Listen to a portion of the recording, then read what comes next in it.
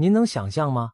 每天只要摄取一种平凡无奇的食物，就可能大幅降低未来罹患老年痴呆症的风险。听起来像奇迹，但这正是近来科学研究带来的振奋讯息。随着人口高龄化，记忆偷走小偷、阿兹海默症，俗称老年痴呆，日益常见，全世界已有超过5500万人受其影响。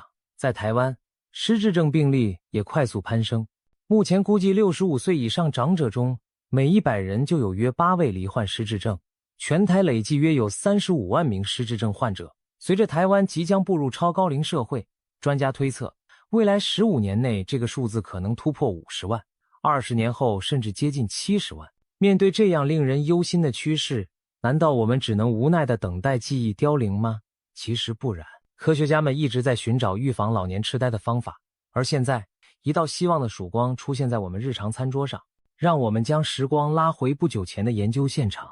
2024年，一项由哈佛大学公共卫生学院和中国浙江大学医学院等权威机构合作的大型研究发表在顶尖医学期刊上。研究团队追踪了92000多名受试者，长达28年之久。想象一下，将近30年的岁月里，科学家持续记录这些人的饮食习惯和健康状况。所有参与者在研究开始时均无心血管疾病或癌症，以确保结果不受其他重大疾病干扰。他们每4年填写一次详尽的饮食问卷，特别记录一项关键食物的摄取量——橄榄油。根据每日橄榄油摄取量多少，受试者被分为从几乎不吃到大量食用的4组。经过漫长的追踪，研究人员统计出一项惊人的发现：那些平均每天摄取半汤匙以上约7公克橄榄油的人，与几乎不吃橄榄油的人相比，因失智症导致死亡的风险足足降低了 28%。 是的，将近30%的风险降幅只靠每天1小时的简单改变。这项结果令人眼睛一亮。要知道，阿兹海默症是最常见的失智症类型，往往随着年龄增长而悄悄逼近。我们的大脑好比一部精密的硬碟，随着岁月可能累积蛋白质碎片，引发神经细胞损伤，再加上慢性发炎、氧化压力及血管老化等因素，记忆与思考能力便会逐渐被侵蚀。医学界至今尚无治愈阿兹海默症的方法，因此预防尤为重要。而这项哈佛领衔的研究等于告诉我们，在预防失智症的战役中，厨房里的橄榄油或许是一个强大的盟友。也许您会好奇，仅仅橄榄油有这么神奇的效果吗？让我们仔细看看研究数据背后的细节。研究人员进一步发现，这项保护效应不仅存在于喜爱地中海饮食的人身上。换句话说，即使不遵循传统上被认为健康的整体饮食模式，只要在日常菜肴中加入橄榄油，仍然观察到失智相关风险的降低。更妙的是，他们计算出用橄榄油替代部分不健康油脂的效果。每天拿1小时，约5克的橄榄油取代等量的人造奶油，失智症相关死亡风险可再降低约 8%。 如果取代美乃滋等酱料，可降低约 14%。 由此可见，我们平常烹调时的一点点选择，都可能在多年后累积成显著的差异。当然，这是一项观察性研究，提醒我们相关性不等于因果关系。或许您会想，会不会是那些爱用橄榄油的人本身就比较注重健康生活，所以失智风险低呢？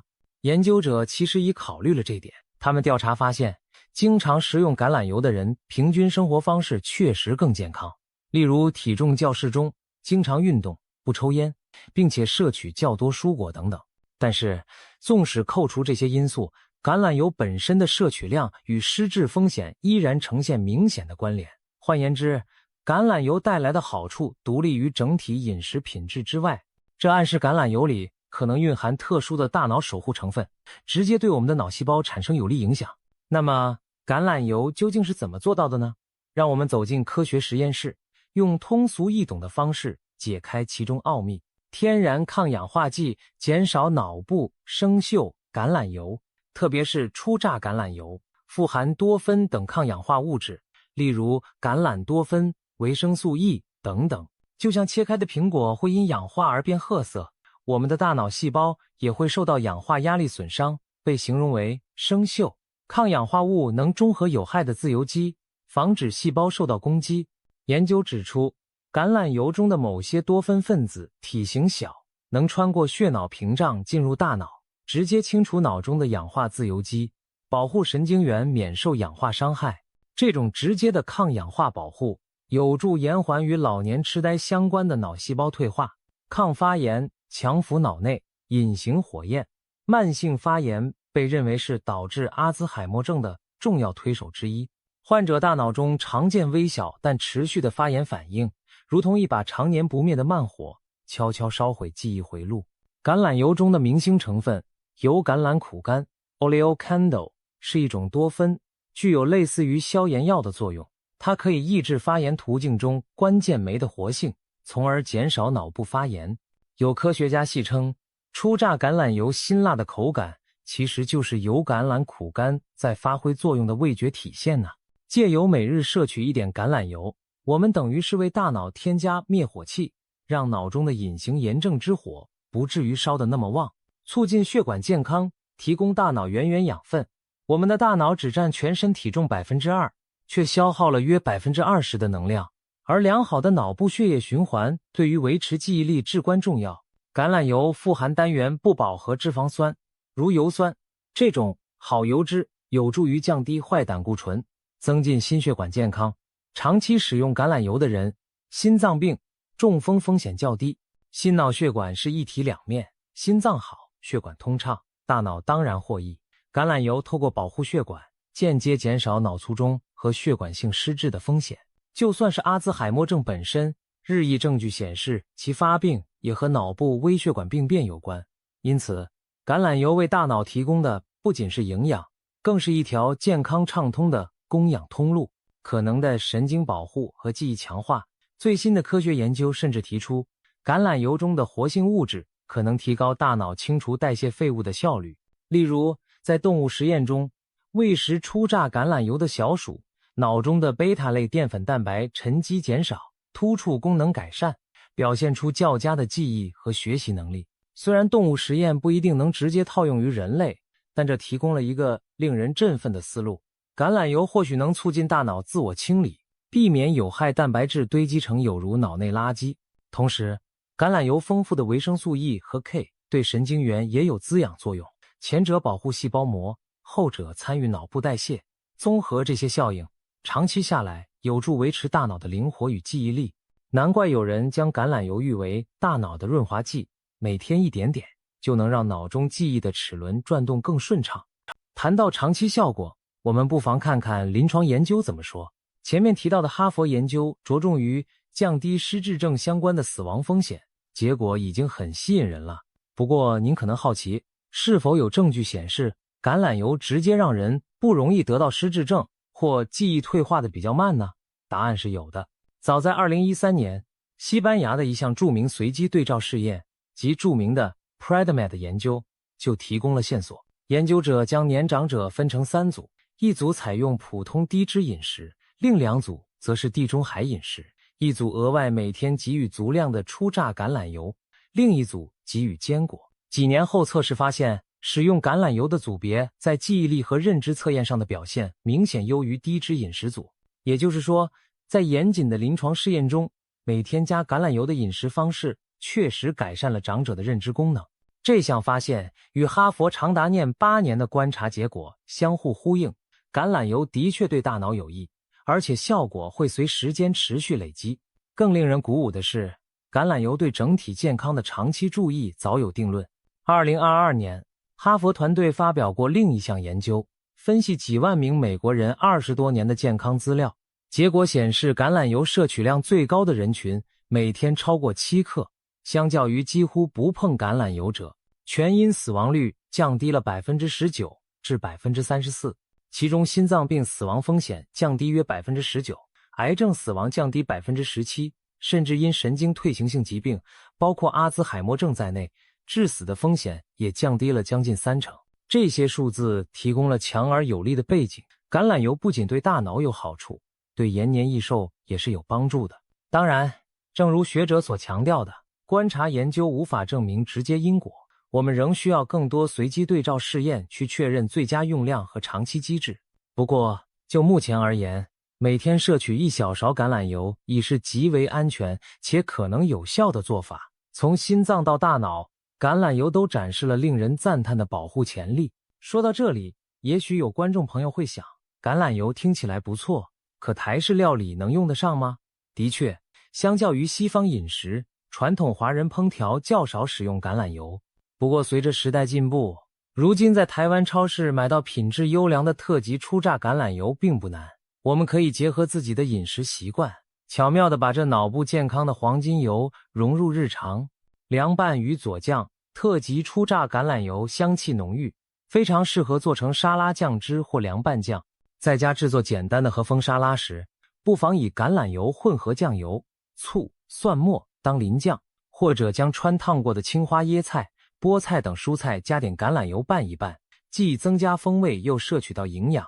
一时橄榄油浇在新鲜豆腐、凉面上，也是清爽可口的吃法。中式炒菜的应用，有人担心橄榄油不能高温烹调，其实日常快炒以中小火烹调，初榨橄榄油完全能胜任。例如以橄榄油拌炒洋葱、青椒，再加入鸡蛋滑嫩成炒蛋，既健康又美味。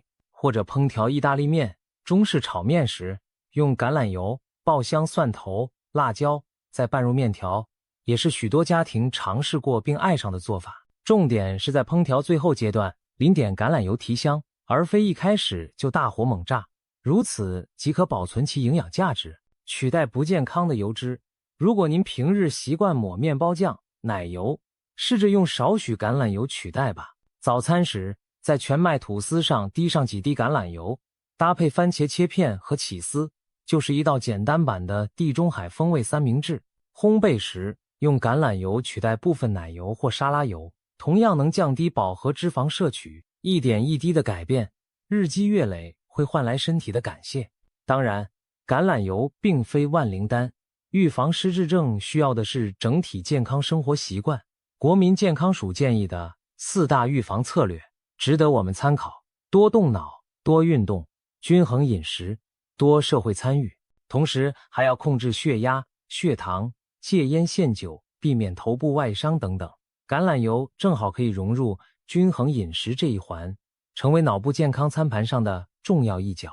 除此之外，您还可以参考其他对大脑有益的食物，例如富含欧米伽3脂肪酸的深海鱼，如鲑鱼、核桃和亚麻籽，有助抗发炎并促进脑部血液循环。富含花青素和类黄酮的蓝莓、草莓、葡萄等莓果以及绿茶，具有强大抗氧化力，被称为记忆水果。还有叶绿素和叶酸丰富的深绿色蔬菜，如菠菜、甘蓝菜，以及富含胆碱的食物如蛋黄、大豆，这些都有助于维持神经传导物质的平衡。在台湾，我们完全可以利用本地入手容易的食材，搭配橄榄油，调配出既符合国人口味又健脑的菜肴。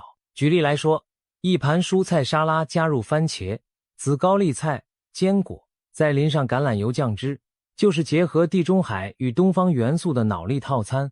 现在让我们回到开头提出的那个问题，每天吃一样东西，真的能让我们远离老年痴呆吗？科学给出了相当有力的支持证据。橄榄油，这个也许早就在您厨房里的平凡食材，正展现出非凡的力量。它如同大自然为我们准备的一份礼物，悄悄守护着大脑的健康。在人生下半场开始的5、60岁，以至更高龄的阶段，每天坚持1小勺橄榄油的习惯，可能换来的是10年、20年后依然清晰的思维和宝贵的回忆。不夸张地说，持之以恒，活到100岁也不糊涂，或许不再只是梦想。当然，我们必须强调，没有任何单一食物可以100%保证免于失智症的侵袭。但现在您知道，我们并非全然无计可施。从今天开始，在您的菜肴中点滴加入脑部喜欢的橄榄油，就是投资未来健康的一小步。配合其他良好习惯，这将会是一份送给未来自己的珍贵礼物。记忆犹如人生长河中的璀璨珍珠，值得我们用心守护。让我们一起善用手边的食材与智慧，为自己的大脑筑起防护网。每天一道菜，每日一食油，渐渐的，您的大脑会感谢您所做的努力。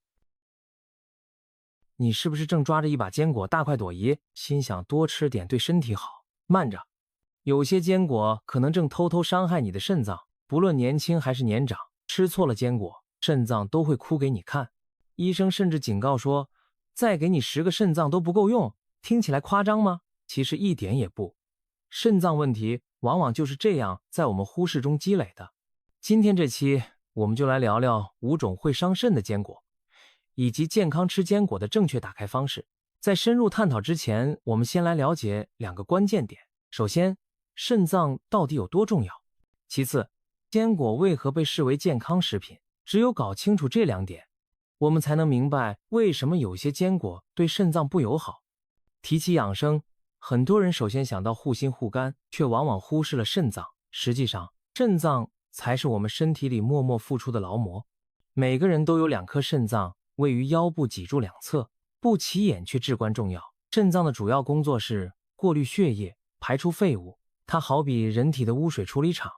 每天约有150至180升初级尿液在肾脏生成，经过重重处理浓缩为1至2升尿液，把体内多余的水分、电解质和代谢废物通通请出去。同时，肾脏还能调节血压，维持电解质平衡和酸碱平衡，并分泌激素，促进红细胞生成，激活维生素 D， 维护骨骼健康，可谓身兼数职。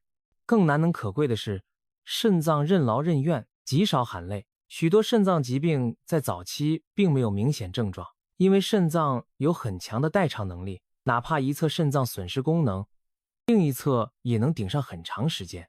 所以我们常常感觉不到肾脏出问题了，直到损伤已经很严重。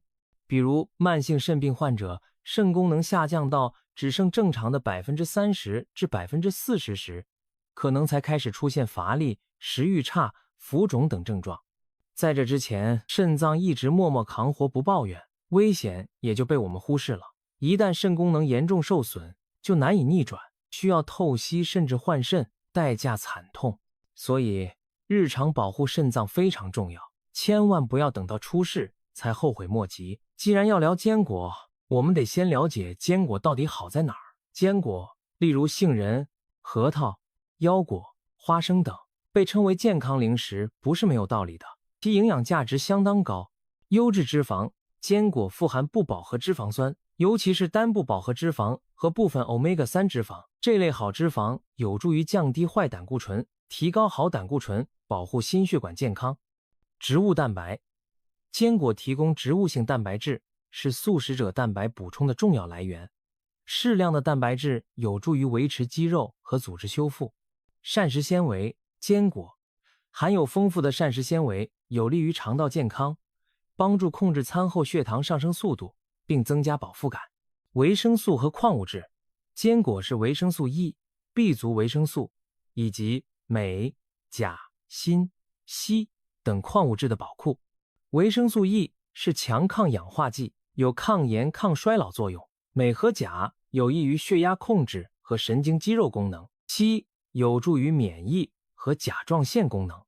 抗氧化物质除了维生素 E， 坚果中还有多酚、植物固醇等抗氧化成分，可以减少体内炎症，长期适量食用有助于降低慢性疾病风险。看到这里，你可能更不理解了，既然坚果有这么多好处，为什么说它会伤肾呢？别急，正因为坚果营养密集，一些成分含量也特别高，如果食用不当，这些营养反而会变成身体的负担，尤其是对肾脏来说。下面我们就来揭晓5类对肾脏不太友好的坚果，对号入座，看看你是否也吃错了它们。钾是一种对人体非常重要的矿物质，能够维持心脏跳动和肌肉收缩的正常运作。然而钾再好都不及，如果摄入过多钾，而肾脏无法及时把它排出体外，就会造成血钾升高，给肾脏和身体带来风险。正常情况下，健康的肾脏负责将多余的钾离子通过尿液排出，保持体内钾水平稳定。但当你一下子摄入大量高钾食物，或者本身肾功能不全，肾脏加班也赶不走这么多钾，结果可能出现高钾血症，轻则肌肉无力、麻木，重则心律失常，甚至危及生命。很多人提到高钾食物，第一反应是香蕉。的确，香蕉钾含量高，一根中等大小的香蕉大约有400毫克钾。然而你可能不知道，不少坚果的钾含量比香蕉还夸张，比如100克开心果含钾约1000毫克，相当于2到3根香蕉的钾。杏仁、腰果每100克含钾也有600至700毫克左右，一小把约30克杏仁的钾就接近200毫克。试想一下，如果你毫无节制地抓着坚果吃，钾摄入量蹭蹭往上涨，你的肾脏得多卖力才能把这些钾排出去呀？对肾功能正常的年轻人来说，偶尔多吃几颗坚果问题不大，肾脏尚能应付。但是对于肾功能本就不佳的人，例如慢性肾病患者或者老年人，由于肾功能随年龄下降，高钾坚果就很危险。临床上有些肾病患者不知道坚果含钾高，拿腰果当健康零食，结果血钾飙到危险水平，不得不紧急就医降钾。即使是健康人，如果一次吃大量坚果，再加上其他高钾食物扎堆，也可能让肾脏一时招架不住。所以高钾的坚果一定要控制摄入量，一旦肾脏排不出那么多钾，真的是要命的麻烦。磷也是人体必需的矿物质之一，存在于骨骼和牙齿中，参与细胞能量代谢，可称得上是生命能量的充电宝。不过磷过多同样是个麻烦。正常情况下，肾脏会帮我们调节体内磷的平衡，把多余的磷排出，维持血液中钙磷比例的稳定。但当肾功能下降时，磷就像没被倒掉的垃圾一样，越积越多。高磷会引发高磷血症，迫使身体从骨头中释放钙来中和，多余的钙在血管、肾脏沉积，久而久之导致骨质疏松、血管钙化，还会进一步损伤肾脏。许多坚果都富含磷，一方面坚果含有大量蛋白质和细胞成分，需要磷来支持其结构和代谢；另一方面，植物中的磷多以植酸形式存在，人体不易完全吸收。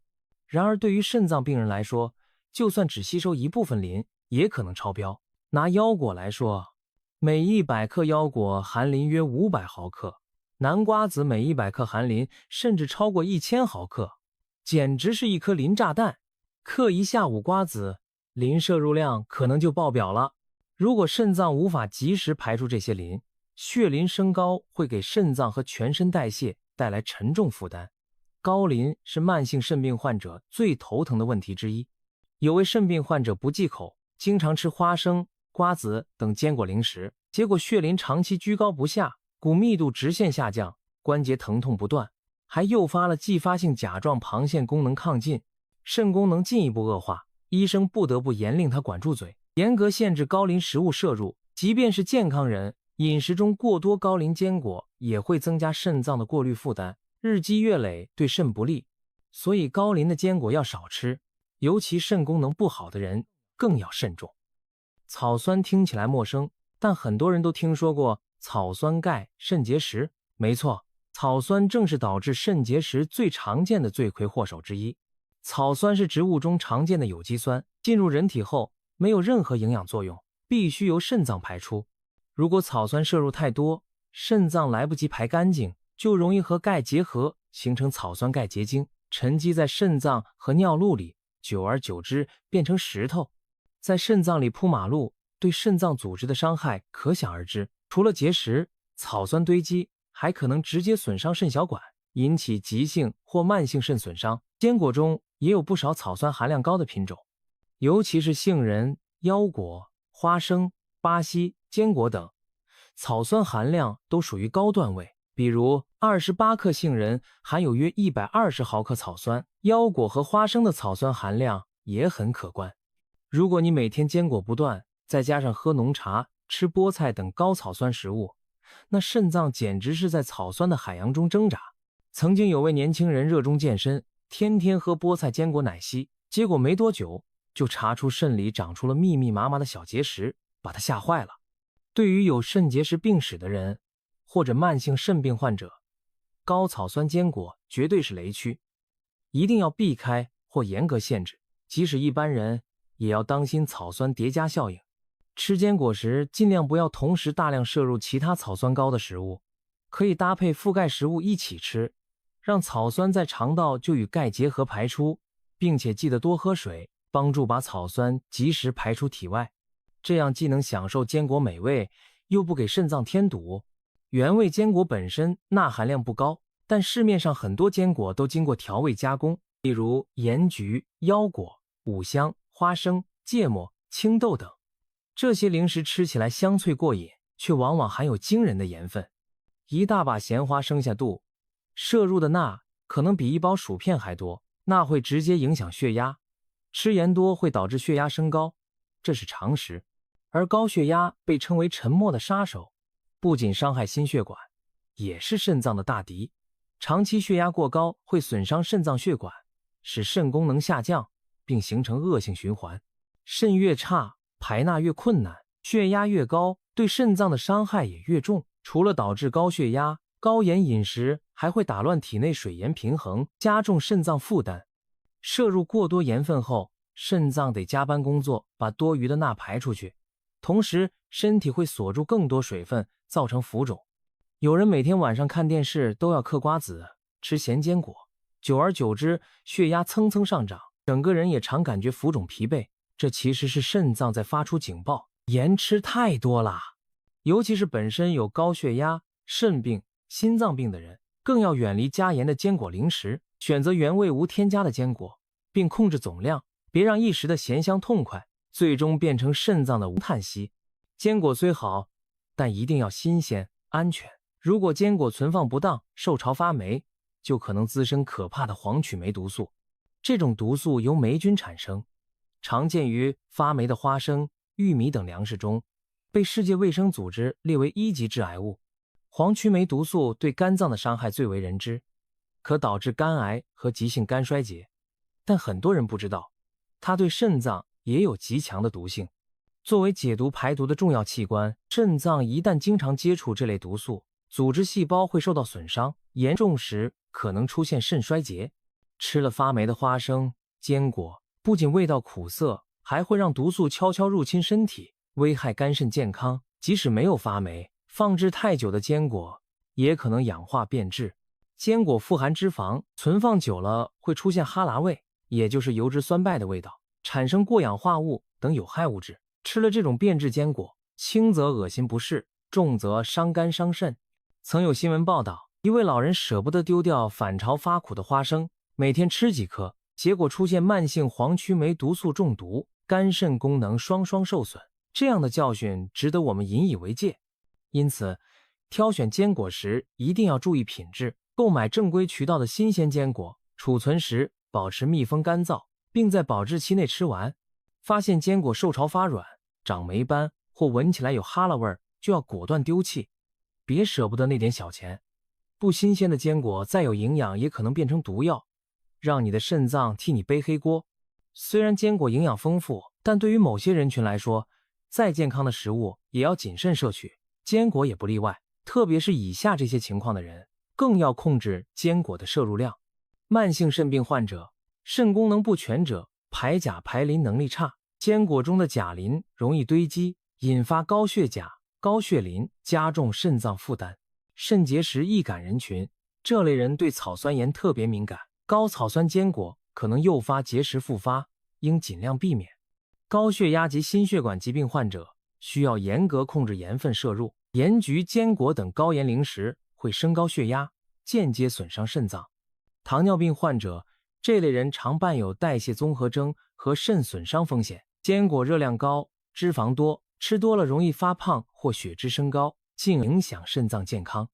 中老年人年龄增长会导致肾功能下滑，对矿物质代谢的调节能力变弱。中老年人应适量吃坚果，避免钾、磷过量积累。以上人群并非不能吃坚果，而是要特别注意控制量和选择种类。千万别以为自己年轻或身体好，就可以肆无忌惮地狂吃坚果。肾脏承受的隐形压力会日积月累，别等某天问题爆发才追悔莫及。过量摄入不仅增加肾脏负担，也容易热量超标引起肥胖。记住适量为安，把坚果当作点心而非正餐。选择种类尽量搭配多种坚果，不要长期偏爱某一种。不同坚果的营养略有差异，混合食用更均衡，也可避免某一种矿物质摄入过量。如果你有肾病等问题，可以选择钾磷含量相对较低的坚果，例如核桃、榛子、夏威夷果等，少吃腰果、巴西坚果等高钾高磷的种类。拒绝重盐重糖，尽量购买原味、未添加盐和糖的坚果。重盐重糖的坚果虽然美味，但隐藏了大量钠和热量，对肾脏和全身健康不利。如果嫌原味寡淡，可以自己生烤坚果，或选择淡盐、低糖调味的坚果，例如薄盐腰果、蜂蜜、烤杏仁，但也要适量少吃哦。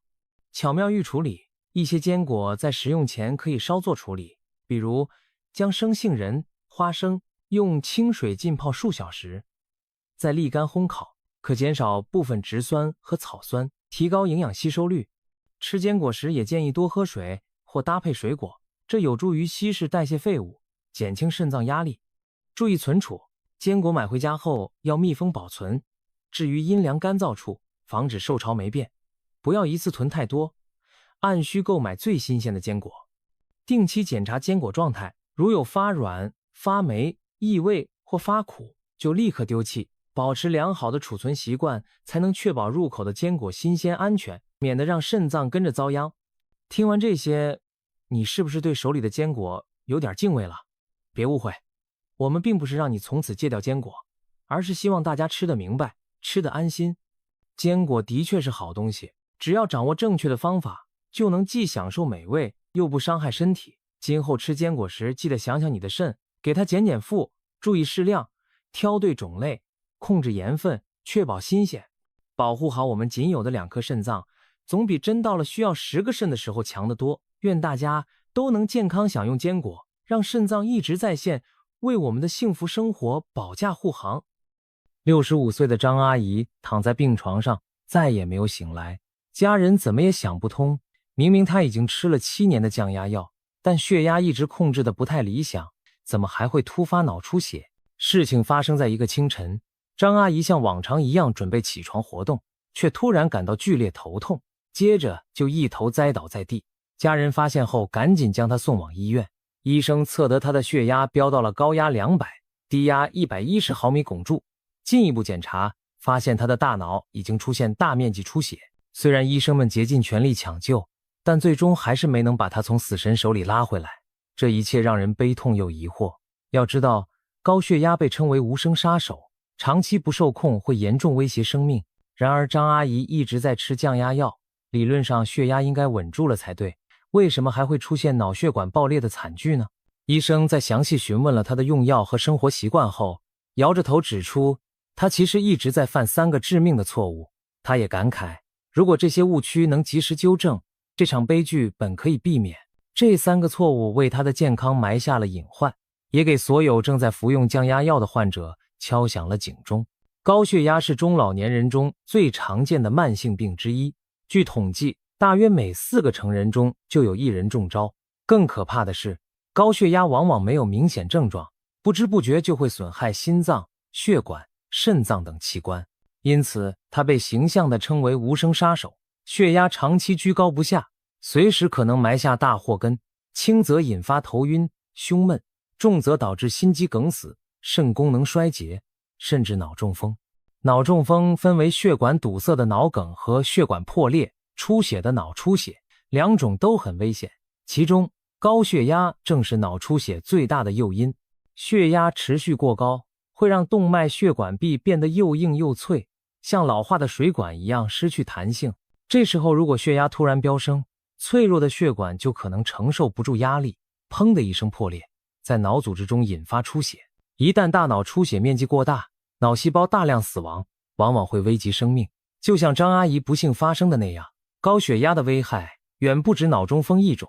持久的高血压会令心脏长期超负荷运转，心肌变得肥厚僵硬，最终可能导致心力衰竭。肾脏在高压冲击下过滤功能下降，许多尿毒症患者的幕后黑手正是高血压。因此，对于高血压我们绝不能掉以轻心。事实上，高血压的知晓率和控制率都不容乐观。许多人直到出现并发症才惊觉自己血压偏高，还有不少确诊患者抱着侥幸心理，没有坚持规律治疗，导致血压始终控制不佳。据统计，高血压患者的血压控制率不到30%，这意味着大多数病人的血压并未得到有效管理，危险始终潜伏在身边。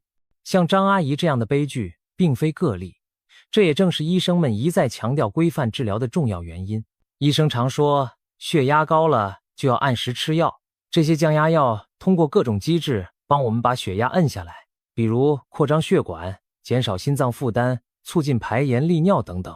只要血压稳定在安全范围，发生脑出血等恶性事件的风险就会大大降低。然而，这一切有个前提，就是药必须吃对了。市面上的降压药种类繁多，主要分为几大类，每类药物侧重点不同，有的让紧绷的血管放松，可能引起脸红、头疼或脚踝轻微肿胀等副作用，有的让心跳慢一点、力气小一点，可能带来疲乏、心率偏慢等感觉，还有的通过促排钠排水来减轻血管压力，可能让人跑厕所变勤，出现电解质紊乱。不同药物还有长效短效之分，长效药一天只需1次，短效药则可能一天要吃2、3次。医生会根据患者的具体情况选择合适的药物搭配，力求用最少的药达到最好的控压效果。如果患者自己随便换药、停药，血压就可能控制不住，要么飙上天，要么猛地下，身体就会吃不消。此外，服药的时机要讲究，一般人体血压在清晨苏醒后容易达到峰值，因此很多降压药安排在早晨服用，以覆盖早高峰，避免清晨血压飙升带来的危险。不过，也有些患者的血压峰值出现在下午或夜间，这就需要在医生指导下调整服药时间，做到真正对症下药。当然，降压药再好，也不是吃了就一劳永逸，患者必须按照医嘱坚持服用，才能真正发挥药效。一些人对降压药存在误解，认为药有3分毒，害怕药物伤肝伤肾，结果用了错误的方法对付高血压。这些错误操作往往适得其反，可能直接把人推向危险的边缘。接下来，我们就结合张阿姨的经历，看看她犯下的3个致命错误，并分析每个错误背后的医学原理和严重后果。经过医生调查发现，张阿姨虽然吃了7年降压药，但她从未严格坚持过规律的服药计划，简单就是想起来才吃，感觉好了就停。她自作聪明地把降压药当成了救急药，觉得头晕不舒服了才赶紧吃一片，一旦觉得这2天没啥症状，就偷懒不吃。有时候血压测下来正常，她就沾沾自喜地跳过用药，甚至连续好几天把药瓶束之高阁。这样一来，血压水平就像坐过山车一样忽高忽低。今天不吃药，高压值蹭蹭往上飙，明天想起来吃一片，血压暂时压下来，再过2天忘了吃，血压又飙了回去。如此反复大起大落的血压，比一直居高不下更危险。反复的血压冲击会严重损伤心、脑、肾等重要器官的血管，时间一长，血管壁就像被反复吹胀又放气的气球，变得薄弱不堪。一旦再遇到刺激，血压骤升，就可能发生血管破裂。一系列致命的高血压并发症，比如脑出血、心肌梗死、主动脉夹层等，都可能在这样的血压过山车中被触发。此外，张阿姨很少定期监测自己的血压，平日里不是等到头晕眼花才量血压，就是干脆凭感觉拍脑门判断控制的好不好。殊不知，高血压最狡猾的地方就在于症状并不明显，不少患者感觉不出异常，但血压可能已经在悄悄飙高。张阿姨仅凭身体感觉来决定是否用药，这实际上是在拿自己的健康冒险。正确的做法是养成定期测量血压的习惯，最好每天固定时间测一测并记录。血压计的数据比感觉更可靠，它能告诉我们药物是否起效，血压控制的是否达标。如果它能早点发现自己的血压并没有真正稳定，就不会一直在危险边缘而不自知。总之，随意停药、漏药让张阿姨丧失了对血压的控制权，血压不服管教，最终在某一刻突然暴走，导致了脑血管的灾难性破裂。说白了，她等于把自己的血压变成了一个不定时炸弹，一旦引线烧到底，爆炸就在所难免。进一步了解后发现，张阿姨其实一直对降压药心存顾虑，没有严格按照医生制定的方案来用药。她听信了一些坊间流传的说法，认为西药吃多了伤身体，想寻求不用吃药也能降压的土办法。高血压确诊之初，他抱着药吃多了伤身的想法，花钱买来不少号称纯天然无副作用的降压保健品，什么降压茶、降压贴，他都试过，花了不少冤枉钱。然而现实却很残酷，这些偏方既不能根治高血压，也无法有效控制血压，反而让他错过了早期规范治疗的最佳时机。其实，降压药的安全性和重要性早已被医学研究所证实，即便偶尔有点小副作用，也大多可以耐受或通过换药解决。与高血压失控可能带来的中风、心衰等大麻烦相比，药物副作用的风险简直是九牛一毛。另外，有人忧虑降压药吃久了会产生耐药性，或让身体上瘾，这种顾虑完全没有必要。降压药不是抗生素，不存在药效越来越差的问题，也不同于成瘾药物，不会让人产生依赖。只要坚持规律服用，药物就能有效地控制血压，这才是最重要的。不仅如此，在日常用药过程中，张阿姨也常常自行其事。比如有一次体检发现血压有些偏高，她没经过医生同意，就擅自把药量加倍，心想多吃点药能更快把血压压下去。结果药量过猛，她当天反而出现了头晕乏力、手脚发冷的低血压症状，把自己吓得不轻。可以说，无论是随意减少用药，还是擅自加大剂量，都非常危险。前者会使血压长期居高不下，后者则可能让血压降得过快过低，一味追求速效，忽视了平稳的重要性。高血压反倒更难控制，还可能引发心脑供血不足。降压药只有按照医生的指导服用，才能既安全又有效地发挥作用。自作主张的调整用药，无异于拿自己的健康当小白鼠，去做风险未知的尝试。至于那些声称不用西药就能根治高血压的偏方，更是听听就算了。当前医学界还没有找到彻底根治原发性高血压的神奇疗法，绝大多数患者都需要长期甚至终身服药来控制血压。血压恢复正常不代表高血压痊愈，而是药物在背后起效，一旦自行停药，血压往往会很快反弹上升。正规降压药配合健康的生活方式，是公认最可靠的控压手段。轻信谣言和偏方，只会让人误入歧途。如果张阿姨当初能相信科学，不乱尝试所谓妙方，从一开始就坚持正规治疗，血压或许早就控制平稳，也不至于在危急时刻拿不出底牌来保护自己。除了用药上的问题，张阿姨在日常生活中也没少给自己的血压添乱。她患高血压多年，却几乎没对生活习惯做出过改变。比如在饮食上，她依然重油重盐，早餐爱吃咸菜配稀饭，午餐晚餐无肉不欢，红烧肉、油炸鸡翅常常摆上桌，口味长期偏咸偏重，一边吃着降压药，一边照样大吃大喝。这无异于一边灭火一边玩火。摄入过多的盐和脂肪会让血压控制变得更加困难。盐分里的钠会让血管中水分潴留，血容量增加，血压自然跟着升高。高脂肪食物则导致血脂异常，大量脂质沉积在血管壁上，日积月累形成动脉粥样硬化斑块，使血管变窄变硬。血管腔被这些油腻堵塞物填得越来越窄，弹性也越来越差，血压当然降不下来。更糟糕的是，长期高盐高脂饮食让心脑血管始终处于危险状态，哪天斑块破裂形成血栓或血压飙升冲破脆弱血管，严重后果就发生了。除了吃的不健康，张阿姨平时缺乏运动，也经常熬夜，久坐不动让体重一路上升，身体代谢变差，血压也跟着节节攀升。而睡眠不足和精神紧张则导致交感神经持续兴奋，体内应激激素水平飙高，血压更是雪上加霜。她的家人反映，张阿姨脾气还比较急躁，遇到烦心事容易生气上火，情绪的大起大落同样会诱使血压骤然波动。可以说，张阿姨在生活方式上犯了很多高血压患者常见的错误，是管不住嘴，迈不开腿，心态不平和。长此以往，药物再给力也架不住生活习惯一直在拖后腿。要想稳稳控制血压，药物和健康生活习惯必须双管齐下。药物负责把血压拉下来，良好的生活习惯负责稳住阵地。可惜张阿姨没能认识到这一点，以为有药物保驾护航就万事大吉，生活中依旧为所欲为。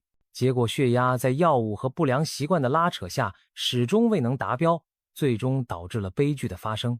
讲到这里，大家应该明白了，降压药不是万能的护身符，如果犯了以上这些错误，高血压依然会虎视眈眈，随时发动攻击。对于长期需要服药控制血压的人来说，除了按时按量吃药，定期监测和调整生活习惯，还有什么需要特别注意的呢？那就是要小心你餐桌上的某些食物。有些看似平常的吃食会影响药效，或者直接升高血压，让你的努力前功尽弃。下面这4种常见食物，高血压患者最好敬而远之。浓茶，许多人喜欢饭后来杯浓茶提神醒脑，但高血压患者尤其在服药期间，最好别喝太浓的茶。茶叶中的茶碱和多酚等物质会影响药物在体内的作用，一边吃药一边猛灌浓茶，相当于给降压药泼冷水，药效还没发挥就被削弱了。更何况茶里含有的咖啡因会让心跳加快，血压升高，直接对抗降压药的作用。所以服药后1小时内不要喝浓茶或浓咖啡，免得药效大打折扣。柚子又甜又多汁的柚子看似无害，却可能和降压药发生不好的化学反应。柚子中含有一种特殊成分，会干扰肝脏内分解药物的酶，让药物代谢变慢，在血液中越积越多。你吃一片降压药，本来降压幅度正常，但要是紧接着来半个西柚，这片药的效果可能一下子增强好几倍。药效过强，血压降得过头，人就会出现头晕、恶心等低血压症状，严重时甚至休克晕倒。因此，服降压药期间最好别吃柚子或喝西柚汁。如果实在嘴馋想吃，也请和服药时间错开4小时以上，确保药物已经基本代谢掉了，再享用美味比较安全。酒精，喝酒伤身，这句话对于高血压患者来说更是真理。酒精进入血液后会让血管扩张，心跳加快，一时倒是能让血压降低一点，但它和降压药的双重作用叠加，却容易让血压下降过头，引发头晕乏力，甚至低血压休克。而等酒劲一过，血管收缩，血压还可能反弹升高。更麻烦的是，长期饮酒会损伤心肌和血管，导致高血压更加难以控制。所以不管白酒、红酒还是啤酒，服药期间都应尽量避免，一滴也别沾，用药还贪杯，后果可能相当严重。动物内脏，比如猪肝，不少人觉得动物肝脏营养丰富，可对于高血压患者来说，这类食物却很不友好。以猪肝为例，它的胆固醇含量非常高，吃下过量的胆固醇，身体一时间消化不了，就会在血管内沉积，形成动脉硬化斑块，血管腔被这些油腻堵塞物填得越来越窄，弹性越来越差，血压也就节节攀升。高血压患者本就需要低盐低脂饮食，如果还经常大口吃猪肝、肥肠、猪脑等动物内脏，无异于给自己的血管火上浇油。就算服用了降压药，血压也可能因为血管情况变差而难以下来，因此这类高胆固醇的食物还是敬而远之为妙。以上几种食物简直就是高血压和降压药的死对头，想要药物有效发挥作用，让血压老老实实听话，就务必管住嘴，尽量别碰这些餐桌上的雷区。高血压的管理就像打一场持久战，单单依赖药物而不讲究策略，很可能功亏一篑。通过张阿姨的故事，我们看到长期服用降压药，如果用药不规范，生活不节制，高血压依然会虎视眈眈，伺机伤人。所幸这些错误都是可以避免的。各位不妨扪心自问，上述这些错误，自己或家人有没有再犯？如果有，现在就是改正的最好时机，可别等到酿成大祸才追悔莫及。按时按量把药吃好，定期把血压量好，该忌口时就忌口，该运动时就运动，再保持一个平和的心态。只要方法对头，高血压并不可怕，可怕的是置之不理。我相信我们完全可以把它管得服服帖帖，让这个隐形杀手变成纸老虎。愿每一位认真对待高血压的朋友都能远离脑出血等噩梦，健健康康，安享幸福的晚年。想象一下，有一个小偷每天夜里悄悄潜入你的身体，偷走的不是财物，而是你宝贵的肌肉力量。这并非灵异故事，而是许多60岁以上的人正在面临的现实。随着年龄增长，我们的肌肉正无声无息地流失，仿佛在和时间玩一场看不见的拔河。你是否注意到，曾经轻而易举提起的米袋，如今却变得沉甸甸？上下楼梯开始气喘吁吁，手臂的肌肉线条也渐渐淡去。难道这就是岁月不可逆转的诅咒吗？还是有什么我们忽略的秘密，让肌肉正悄悄离而去？科学家早已给这种随年龄出现的肌肉衰退起了一个名字，叫做肌少症。这个词听起来陌生，但意思很直接。随着年龄增长，我们的肌肉逐渐贫乏起来。事实上，从30岁左右开始，如果不采取行动，我们每10年可能会流失约 3% 到 8% 的肌肉量。更可怕的是，60岁之后，这个流失速度还会加快。肌肉就像沙漏中的细沙，一点一滴地溜走。如果任由其发生，最终的结果不仅是手脚无力而已。肌肉大量流失意味着平衡感变差，跌倒风险增加，甚至基本的日常活动都可能无法自理。为什么年纪越大，肌肉会悄悄消失呢？除了缺乏运动这个显而易见的原因之外，我们身体内部的变化同样是幕后推手。上了年纪，维持肌肉的睾酮和生长激素等荷尔蒙分泌减少，肌肉合成的效率降低，同时新陈代谢放慢，肌肉纤维逐渐萎缩。而一个更容易被忽视的因素是饮食。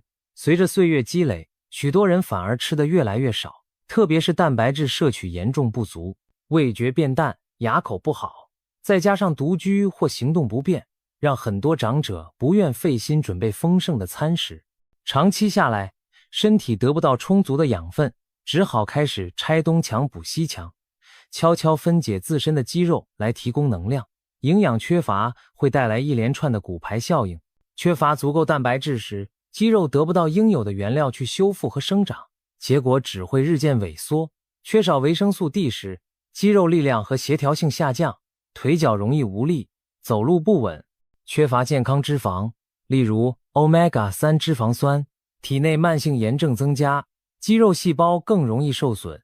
如果缺少各种抗氧化营养，自由基则像铁锈一样侵蚀肌肉组织。简而言之，如果把人体比作一座建筑，肌肉就是支撑结构的钢筋，营养则是维修工和建材。年纪大了，维修工减少，建材不足，身体这栋房子自然会出现结构问题。难道我们只能任由肌肉日渐流失，无力改变吗？答案是否定的。令人惊喜的是，科学研究发现，即使人在60岁甚至更高龄，只要方法得当，依然可以挽回部分流失的肌肉。而在众多方法中，有一个出乎意料的秘方就藏在我们的餐桌上，那就是食物。没错，一些看似平凡的食物蕴藏着恢复肌肉的神奇力量，堪称现实版的隐形补药。想象古代的勇士为了保持强壮，远赴山巅或深海，寻找传说中的灵丹妙药。而我们现代人要做的，其实只是走进厨房，善用日常饮食中的营养，就能达到事半功倍的效果。接下来，我们将逐一揭晓10种对恢复与维持肌力至关重要的关键食物。它们当中有高蛋白的肉蛋奶，也有植物界的隐形猛将，甚至包含几个你意想不到的营养之星。在这些看似普通的食材背后，隐藏着令人赞叹的科学秘密。现在，就让我们一起踏上这趟知识之旅，找出那些你的肌肉将会悄悄消失的关键食物吧。1. 三文鱼。鲑鱼。三文鱼可以说是深海中的肌肉守护者，它富含优质蛋白质，每一口都为肌肉提供修复和增长的原料。更重要的是，三文鱼中丰富的 Omega-3 脂肪酸具有强大的抗炎作用，能保护肌肉细胞免受炎症损伤。科学家也对 Omega-3 的威力十分关注。美国太空总署的研究人员曾尝试用鱼油来对抗宇航员在失重环境下的肌肉流失，由此可见 Omega-3 对维护肌肉的重要性。研究也发现，摄取 Omega-3 较多的长者，患肌少症的风险更低。此外，三文鱼还含有宝贵的维生素 D， 这对维持肌肉力量和骨骼健康至关重要。对于上了年纪的人来说，每周吃2到3次富含脂肪的鱼类，比如三文鱼、青鱼或沙丁鱼，不仅能获得充足蛋白，还能摄取足量的 Omega-3 和维生素 D。即使是打开一罐金枪鱼罐头，加在沙拉或全麦饼干上，也是在默默为你的肌肉添砖加瓦。2. 鸡蛋。鸡蛋是自然界赋予人类的完美蛋白质来源，小小鸡蛋内部却藏着重建肌肉的黄金物质。鸡蛋所含的蛋白质属于高生物价值蛋白，几乎可以被人体完全吸收利用，为肌肉提供充足的氨基酸原料。其中有一种特别突出的氨基酸叫做亮氨酸，它就像生长的启动开关，能有效刺激肌肉合成。对于肌肉逐渐流失的长者来说，每天吃上1-2个鸡蛋，等于不断为身体送去修补肌纤维的砖块。除了蛋白质外，蛋黄中还富含维生素 B12 和少量维生素 D， 这些营养有助于神经和肌肉的正常运作。更棒的是，鸡蛋经济实惠，烹调方便，适合牙口不好的老人。不论是早餐煮个水煮蛋，还是晚上喝碗蛋花汤，都能轻松摄取优质蛋白，帮助你的肌肉慢慢找回力量。3. 牛奶与乳制品。如果说鸡蛋是大自然的馈赠，那么牛奶则是哺育我们成长的根本之源。想想看，我们生命之初就是母乳在短时间内让身体迅速强壮起来。牛奶及乳制品堪称液体肉，因为它们富含优质蛋白质，并同时提供维生素 D 和钙质这2大骨骼肌肉健康所需元素。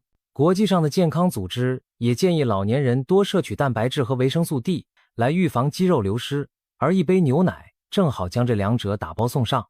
牛奶中的乳清蛋白消化吸收快，可以迅速为肌肉提供修复所需的氨基酸。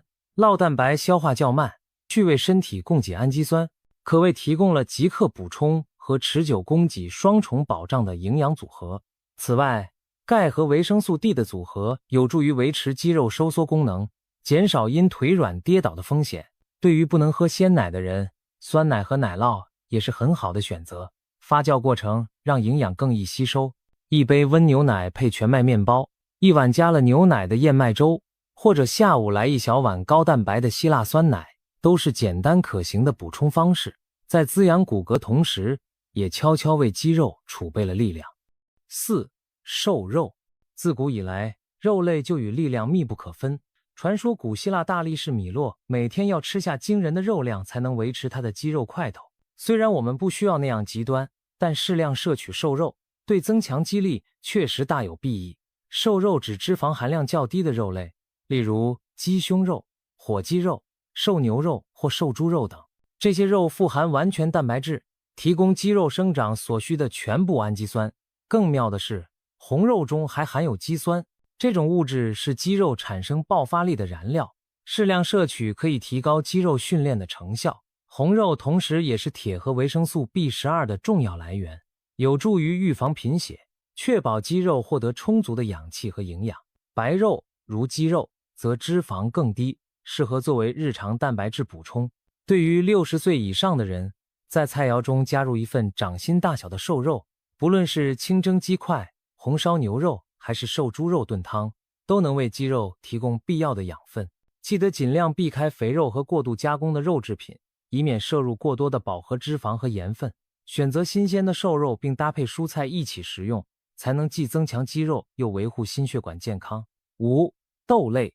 在物资匮乏的年代，豆子常被称为穷人的肉，足见其营养价值。各种豆类如扁豆、鹰嘴豆、黑豆、红豆等都是植物界的蛋白质宝库。虽然植物蛋白的氨基酸组成不如动物蛋白那样完美，但通过多样搭配完全可以弥补。例如豆饭组合就是经典的蛋白质互补来源。豆类不仅提供可观的蛋白质，还富含膳食纤维、镁、钾和叶酸等营养素。镁和钾有助于维持肌肉正常功能和预防抽筋，而充足的叶酸有助于红细胞生成，间接提高肌肉的氧气供应。更难能可贵的是，豆类脂肪含量很低，而且没有胆固醇，适合需要控制体重或血脂的长者。考古学家发现，古罗马的角斗士主要以豆类和谷物为食，他们依然能锻炼出强悍的肌肉。可见只要蛋白质总量足够且来源多元，植物蛋白同样能支撑肌肉的生长。对于不爱吃肉或无法每餐都吃肉的老人来说，一碗热腾腾的扁豆汤既暖胃又补充蛋白质。把煮软的鹰嘴豆打成泥，调成可口的酱料抹在全麦饼干上，也是别具风味的点心。甚至煮上一锅红豆杂粮粥，当早餐或晚间加餐，都能为身体提供植物蛋白的支持。豆子的细腻口感和丰富营养，能让您在享用美食的同时，默默为肌肉加油。6. 豆腐和大豆制品。中国人食用大豆的历史悠久，相传豆腐正是汉朝淮南王刘安在炼制长生不老药时意外发明的。虽说长生不老药只是传说，但豆腐的确为后世提供了长寿饮食的一大瑰宝。作为大豆制品的代表，豆腐含有丰富的植物蛋白，而且氨基酸组成齐全，不输给肉类。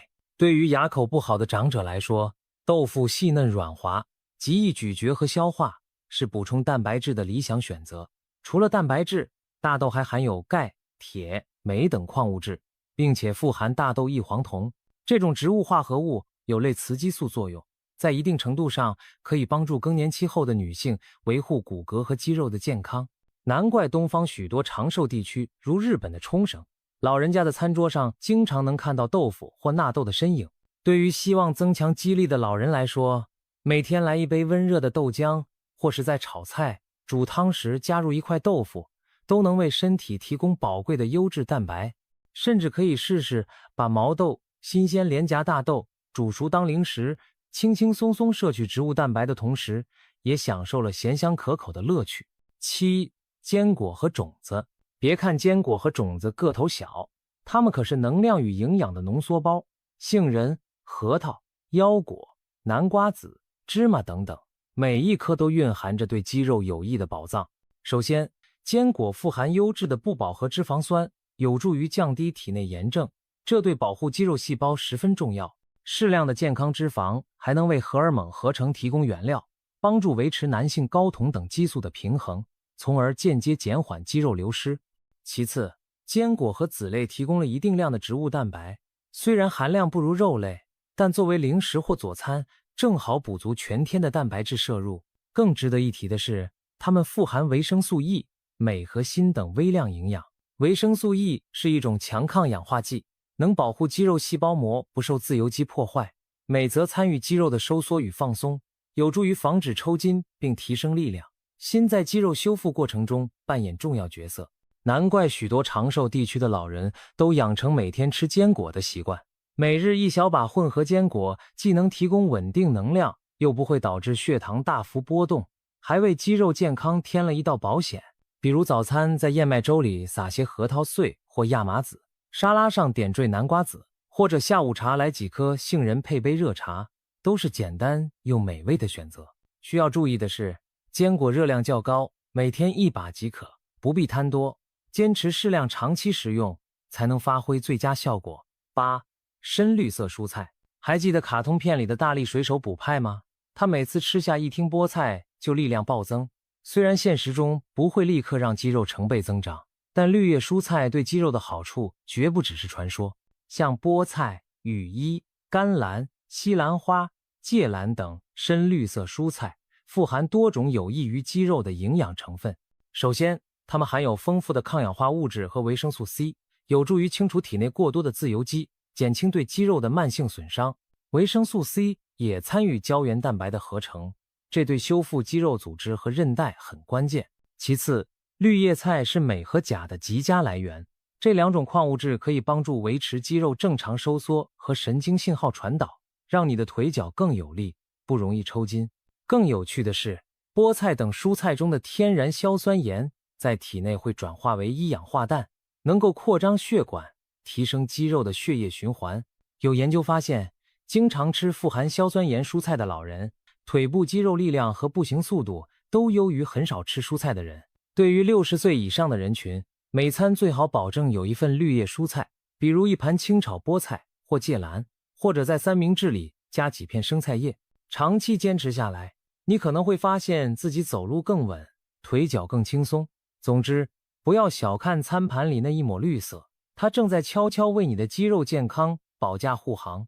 9. 莓果和水果。不要忽视餐桌上的那些甜美水果，它们也是守护肌肉的隐形英雄。其中，莓果类水果，如蓝莓、草莓、黑莓等，尤其值得推荐。这些色彩鲜艳的小果实富含花青素、维生素 C 等强力抗氧化物质，能够帮助清除体内的有害自由基，减轻肌肉细胞的氧化压力。想象一下，肌肉每天在运作和修复过程中，难免会产生一些代谢废弃物，例如自由基，而水果中的抗氧化剂就像清道夫，帮助清理掉这些垃圾，让肌肉恢复得更快。维生素 C 还可以帮助合成肌肉中的胶原蛋白，保持肌肉组织和肌腱的弹性与韧性。除此之外，水果往往富含水分和钾离子，有助于预防脱水和电解质失衡，这对维持肌肉功能同样重要。研究显示，坚持摄入丰富蔬果的老人，往往比偏食肉类、很少吃水果的人身体机能更好，肌肉衰退的速度也较慢。这也印证了均衡饮食是健康之本的道理。日常生活中，你可以尝试饭后来一小碗混合莓果当甜点，或者在早餐时吃一个奇异果、橙子等富含维 C 的水果，也可以将香蕉切片加入燕麦粥，为身体提供额外的钾和碳水化合物，帮助运动后的肌肉更好地补充能量。总之，每天适量吃些水果，不仅满足了味蕾，更是在为你的肌肉默默保驾护航，让你的健康和活力延续更久。10. 蘑菇。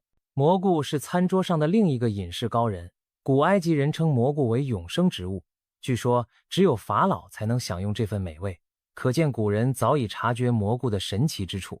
蘑菇虽不起眼，却蕴含着丰富的营养价值，特别是对中老年肌肉健康有独特的注意。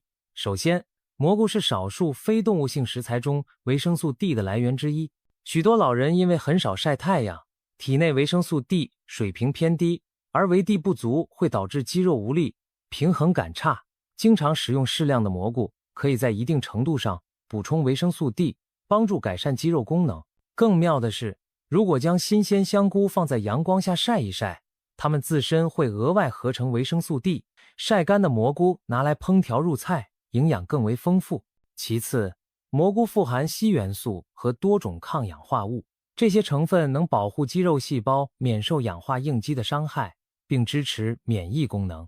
蘑菇还提供少量植物性蛋白和 B 族维生素，例如核黄素和烟酸，有助于能量代谢，间接提升肌肉耐力。对于60岁以上的人而言，在日常饮食中加入各种菇类，如香菇、平菇、金针菇等，不仅能够增加菜肴的鲜美风味，也是在默默为肌肉和整体健康加分。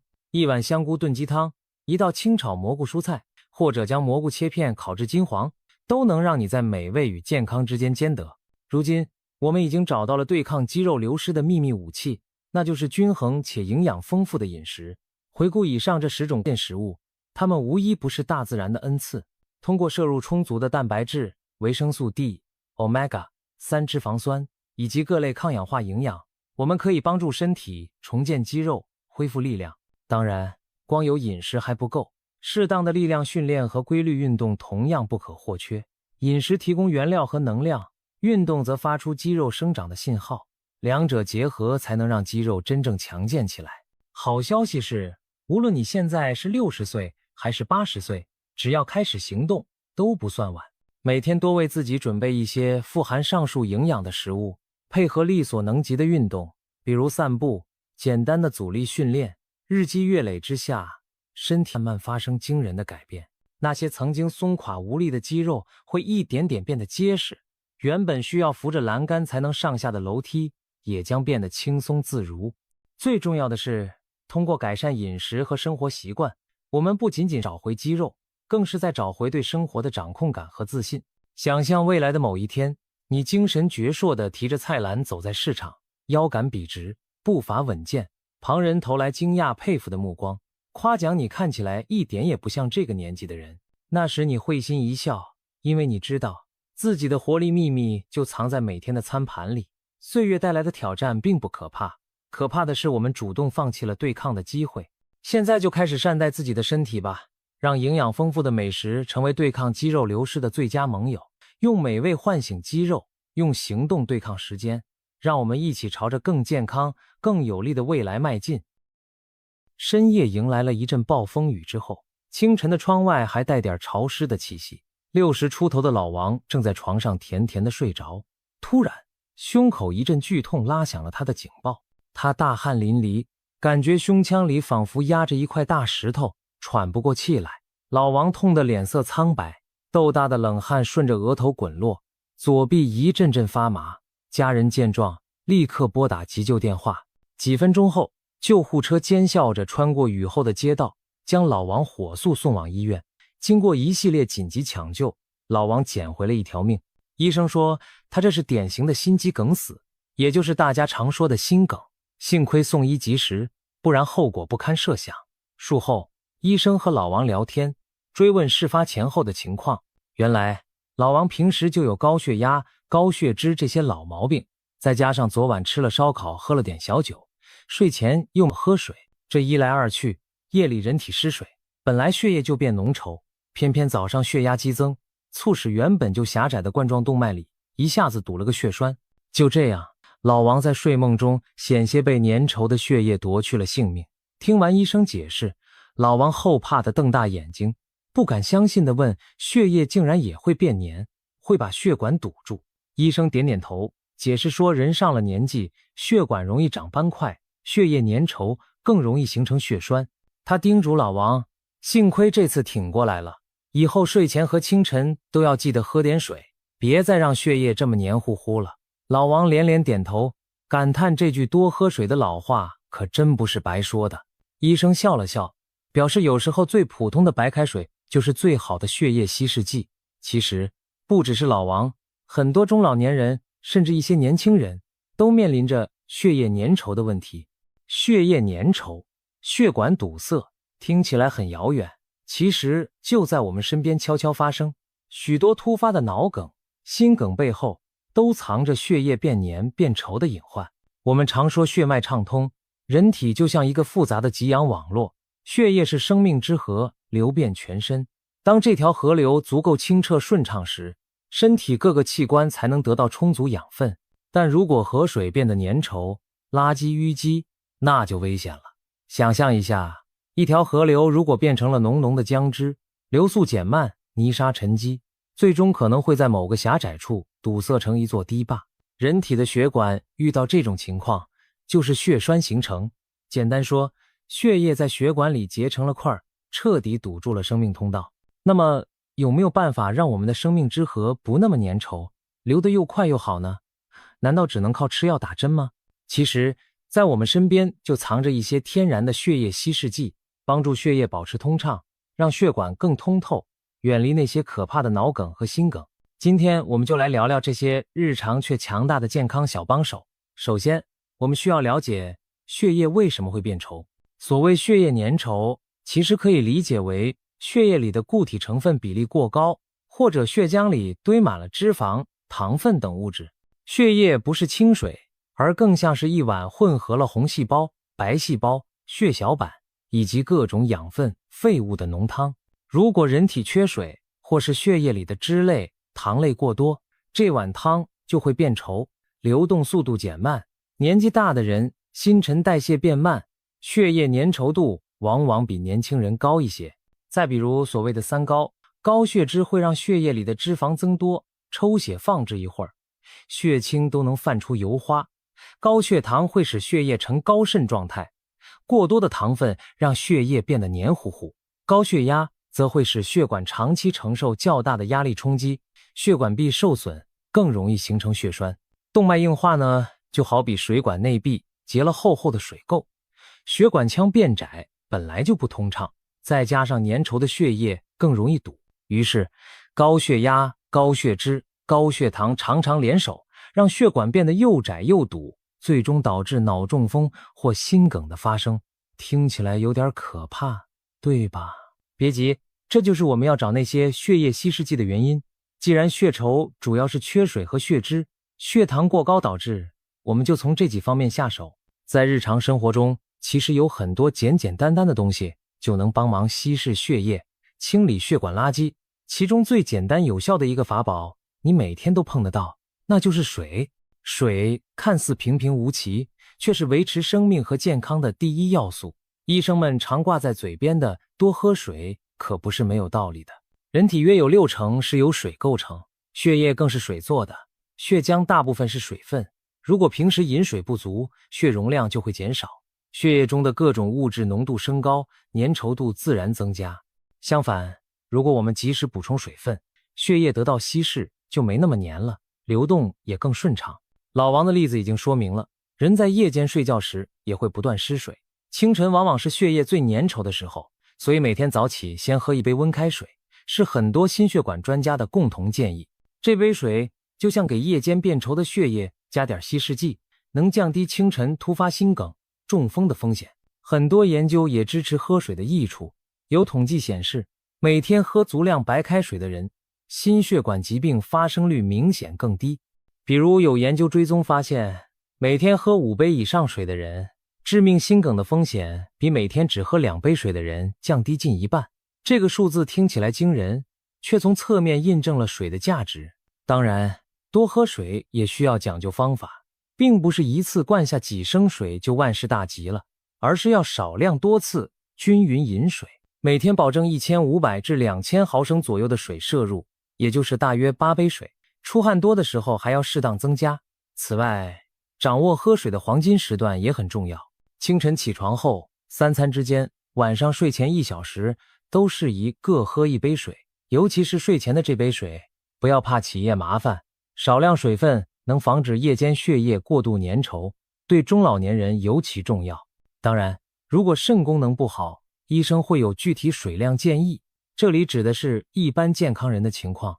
最理想的补水方式就是白开水或淡茶水，尽量避免用含糖饮料、浓茶或酒精来代替水分，否则可能适得其反。说到淡茶水，接下来就不得不提另一种对血管有益的神奇饮品，它就是茶。中国人饮茶自古有之，不仅为了解渴，更因为茶带来的种种健康益处。相传神农氏尝百草，中毒昏迷之际，恰好饮下几片茶叶泡的水，结果解毒苏醒，从此发现了茶这种宝贝。传说虽未可考，但至少说明我们的祖先很早就认识到茶叶的药用价值。唐代的《本草拾遗》中就记载，茶能久服，安心益气，轻身延年。简单说，长期饮茶让人心情安定，精力充沛，身体轻盈，长寿。这些古人的描述放在现代来看，何尝不是茶对心血管健康的写照呢？现代科学研究更加证实了饮茶的好处。茶叶中富含茶多酚、儿茶素等抗氧化物质，这些物质能减少坏胆固醇在血管壁上的氧化沉积，防止斑块形成，相当于帮血管抗锈。此外，茶多酚还有扩张血管、促进血液循环的作用。喝茶后，轻微的利尿效果也有助于排出多余的钠盐，对控制血压有利。另外，茶叶中还含有丰富的钾元素，可以对抗钠盐升压作用，从而保护血管。一些大型调查显示，经常喝茶的人群中，中风和心脏病的发病率低于不喝茶的人。其中有研究统计，每天喝3杯茶的人，中风风险比不喝茶者降低20%左右。而且不论绿茶、乌龙茶还是红茶，都有类似的效果。中国民间很早就察觉到了茶的化学功效，比如很多人喜欢在大吃大喝之后泡壶浓茶，号称可以解油腻。饭后1杯茶的确能帮助乳化一些油脂，加速肠胃蠕动，减少脂肪被吸收进血液，也就间接保护了血管。不仅中国人，世界各地都有茶助健康的例子。日本人爱喝绿茶，他们的心血管疾病发生率也相对较低。英国人爱下午茶，研究也发现适量饮茶对动脉硬化有预防作用。当然，茶虽好，也要注意适度。一来不要贪杯喝得过浓、过晚，以免引起失眠或刺激胃；二来不要在茶里放一堆糖，否则血糖上去了就适得其反了。说完了喝的，再来说说吃的。在我们日常餐桌上，其实隐藏着不少堪称血管清道夫的食物，它们有的能帮助降低胆固醇，有的能抗炎抗氧化，有的甚至直接充当温和的天然抗凝剂，让血液不易凝块。合理的把它们加入饮食，长期坚持下来，血管会像经常保养的水管一样干净通畅。首先登场的是大蒜，这位散发独特气味的小个子英雄。别看大蒜呛人口，它对心血管的益处可不小。民间有句俗话，每天2瓣蒜，疾病绕道转，虽然说法夸张，却有一定道理。大蒜中含有大蒜素等含硫化合物，能帮助血管舒张，减少血液中不良胆固醇的水平。据一些研究，大蒜的摄入和心脏病、中风风险降低相关。有实验显示，长期坚持吃大蒜的人，心血管事件风险降低幅度可达20%以上。大蒜还被证实对轻度高血压有降压作用，一些试验中，每天吃一定量大蒜，收缩压平均下降了8到10毫米汞柱呢。难怪有人把大蒜称作天然阿司匹林。虽然它的作用远没有药物那么强烈，但胜在安全美味，还能调味杀菌，一举多得。接下来我们来说姜。生姜是厨房里的常客，煲汤炒菜经常少不了它。很多人冬天爱喝姜茶驱寒，身子暖和了，血脉也跟着舒展了。姜辣素是生姜中的主要成分，不仅能驱寒，还具有抗炎和抗氧化作用，对心血管也有好处。科学研究发现，生姜提取物在体外可以抑制血小板凝集，这意味着生姜有一定天然抗凝的效果。当然，日常饮食中的用量不可能太大，但经常吃点姜，对改善循环、降低血脂都有益处。除了生姜，和它同一家族的姜黄也是个宝贝。姜黄俗称郁金，自古就是中医活血化瘀的药，其中的姜黄素是强力的抗氧化剂和消炎物质，还有阻止血栓形成的作用。日常烹饪中偶尔加点姜黄粉，不仅增色添香，说不定也在默默守护着血管。再来说说辣椒。爱吃辣的人可能不知道，自己在享受麻辣美味的时候，也顺便给血管做了个 SPA。 辣椒中的辣椒素让我们感觉火辣辣，那其实是身体在释放啡肽并加速血液循环的表现。适度吃辣有促进新陈代谢的作用，有研究指出，常吃辣的人群心脑血管疾病死亡风险相对更低，这可能和辣椒能降低血液中的胆固醇、甘油三酯有关。当然，吃辣也要量力而行，肠胃不好的人不要勉强，多数南方人饮食偏清淡，也可以选择其他温和的食材来保护血管。洋葱也是不容忽视的蔬菜明星，切洋葱流泪让人印象深刻，那刺激我们流泪的硫化物，其实正是洋葱中有益心脏的成分之一。洋葱富含胡皮素等抗氧化剂，研究表明它有助于提高好胆固醇水平，降低坏胆固醇水平，还能一定程度抑制血小板凝集。生吃洋葱也许太辣，但凉拌、稍微腌制或炒熟都不影响它发挥保健功效。难怪西方有句俗语，洋葱每日一颗，心脏病不找你。可见洋葱对心血管的好处广受认可。说到预防血栓，中国人的餐桌上还有一道黑乎乎的宝贝——木耳。黑木耳被民间誉为血管清道夫，很多老人家坚持天天炒木耳、炖木耳汤，据说可以稀释血液，冲刷血管垃圾。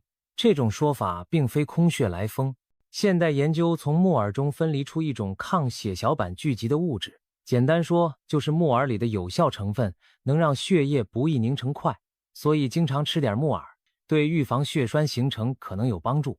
木耳本身还是高膳食纤维、低热量的食品，对控制体重和血糖也有益处，可谓一举多得。此外，日本人爱吃的纳豆也是一味血栓克星。黏黏滑滑的纳豆中含有纳豆激酶，这种酶能够帮助溶解血栓。在日本进行的研究中，常吃纳豆的地区人群中风发生率相对较低。当然，纳豆气味特殊，不是所有人都吃得惯。不过这也提示我们，发酵豆制品对血管健康大有裨益。再把目光转向海洋，鱼类，尤其是深海的肥美鱼类，如三文鱼、金枪鱼、沙丁鱼等等，是 Omega-3 不饱和脂肪酸的极佳来源。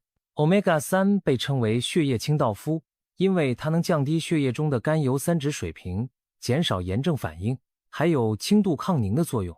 当年科学家研究居住在北极的因纽特人，也就是俗称的爱斯基摩人时，发现他们虽以高脂肪饮食为主，却很少罹患心血管疾病。深入一查，原来秘诀就在于他们长期食用海鱼和海兽肉，摄入了大量 Omega-3， 使得血液中的脂质成分更健康，还让血液不容易凝结成块。这一发现轰动一时，也开启了鱼油保健的热潮。当然，我们没必要猛灌鱼油胶囊，直接每周吃2-3次鱼，就足以获得足量的 Omega-3 了。对于不爱吃鱼的人，亚麻籽、核桃等也含有植物 Omega-3， 可以作为替补。提到坚果，不得不说它们也是血管的好朋友。杏仁、核桃、花生等坚果富含维生素 E 和有益的脂肪酸。维生素 E 本身就是一种天然抗氧化剂，有助于防止胆固醇沉积在血管壁上；不饱和脂肪酸则有助于提高好胆固醇水平，降低坏胆固醇水平。每天一把坚果，能够帮助改善血脂构成，对预防动脉硬化有益。当然，坚果热量高，适量即可，不要当零食一吃停不下来。烹调用油方面，提倡使用橄榄油、山茶油等富含单不饱和脂肪的油，对心脏更友好。长期使用有助于保持血管弹性。最后别忘了新鲜的蔬菜水果，蔬果中丰富的膳食纤维可以减少肠道对脂肪和糖分的吸收，降低血液粘稠的来源。比如燕麦、秋葵等食物的可溶性纤维就像海绵一样吸附胆固醇。蔬果里的维生素 C、花青素、番茄红素等抗氧化物质又能够保护血管内皮，减少炎症反应，让动脉更柔韧，不易硬化。有研究发现，每天喝一些石榴汁可以减缓动脉斑块的进程，甚至有助于斑块缩小。可见坚持摄入抗氧化丰富的食物，长远来看对血管非常有益。经常吃水果的人，高血压和高血脂的发病率也相对较低，这都是日积月累的饮食习惯，悄悄在改变血液的粘度和血管的状况。归根结底，养护血管无非就是管住嘴、迈开腿、多喝水这几件事。该吃的营养要吃够，不该吃的垃圾少碰。长期坚持下来，血管会回报给你畅通无阻的健康。此外，戒烟限酒也非常重要。烟草中的有害物质会损伤血管内皮，增加血液粘稠和凝血倾向。长期吸烟的人，心梗、中风风险远高于不吸烟者。过量饮酒则会升高血压并诱发心律失常，对血管健康不利。所以为了我们的血管，这些不良嗜好还是越早戒掉越好。或许你会问，这些方法听起来很简单，真的有这么神奇吗？其实健康往往就藏在生活细节里，贵在坚持是老生常谈，却是至理名言。想让血管长期保持通畅，就得长期给予良好的养护。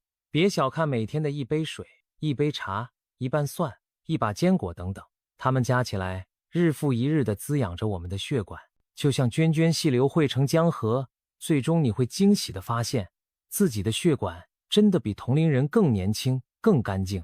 毕竟，与其将来得了血栓再去医院打针吃药，不是现在就好好喝水、健康饮食来预防更好吗？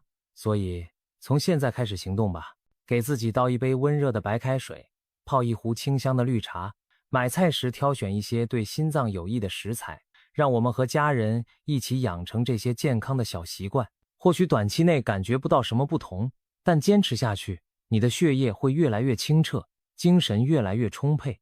有朝一日，当医生惊讶于你年过花甲，却血管如同年轻人般通透时，你就会感谢当初多喝的每一杯水、每一口茶。